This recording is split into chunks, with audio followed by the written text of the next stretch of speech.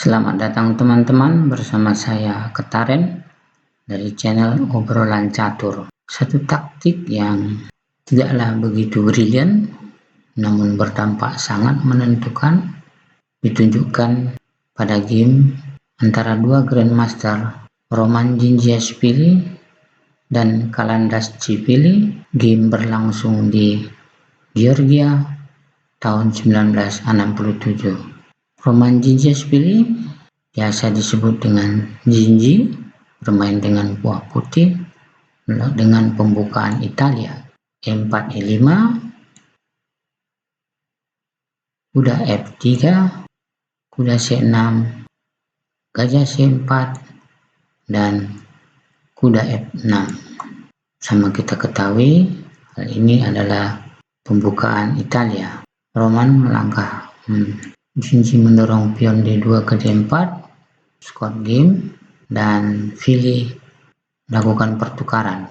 Selanjutnya pion E4 ke E5 mengancam kuda, dan Vili melakukan langkah terbaiknya dengan mendorong pion D7 ke D5 sekaligus mengancam gajah. Gajah ke B5 dan kuda ke E4.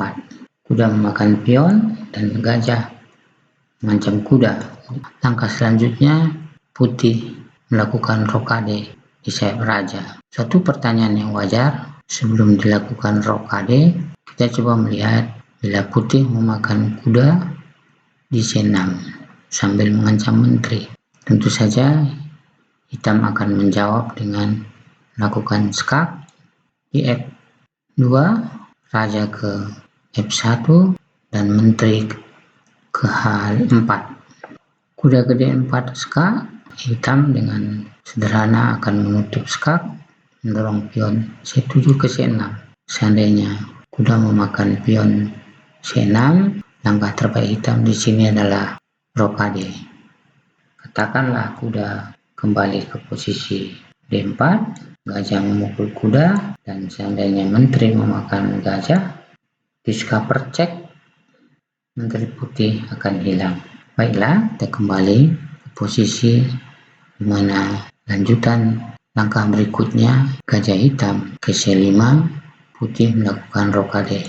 Hitam menutup pianzetto gajah putih melakukan pertukaran dengan memakan kuda C6. Di sini hitam memakan gajah dengan pion B7 sekaligus memperkuat dukungan pion D5. Melihat dua perwira hitam, kuda dan gajah, meskipun semi terbuka terhadap petak lemah putih. F2, putih melangkahkan gajah ke E3.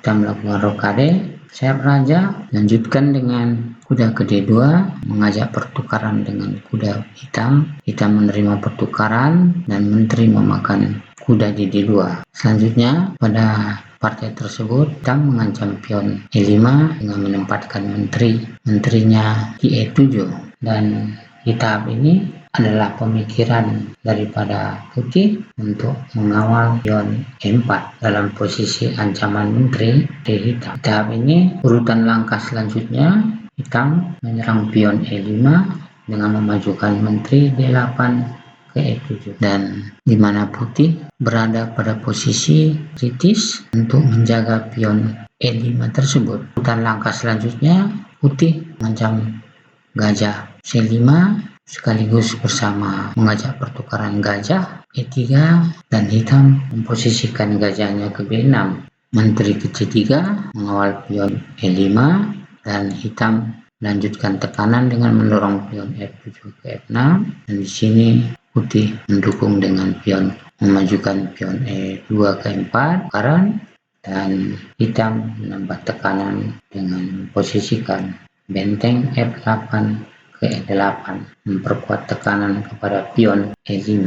Di posisi ini adalah posisi di mana putih mencoba kreasinya untuk mengawal pion E5 tersebut. Urutan langkah selanjutnya pada game tersebut adalah menempatkan kuda ke C5 sambil mengancam gajah di D7, dan tercapailah posisi kritis di mana bila menteri memakan pion E5 sekaligus mengajak pertukaran dengan menteri di C3, dan seandainya putih memakan gajah D7, maka gajah hitam memakan gajah di E3 skak, raja ke H1, menteri di C3, dan pion B memukul menteri di C3.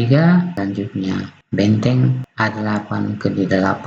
Praktis di sini bisa kita melihat putih kalah. Kita kembali posisi di mana setelah menteri memakan pion E5, Genghis pilih melakukan kreasi terbaiknya atau suatu pemikiran yang sederhana dengan melangkahkan benteng F1 ke F8 skak. Teman-teman bisa melihat seandainya pun raja memakan benteng dan kuda memakan gajah di D7, forking skak menteri. Selanjutnya kita kembali apabila benteng E8 memakan benteng di F8, maka menteri putih akan memakan menteri hitam di peta E5.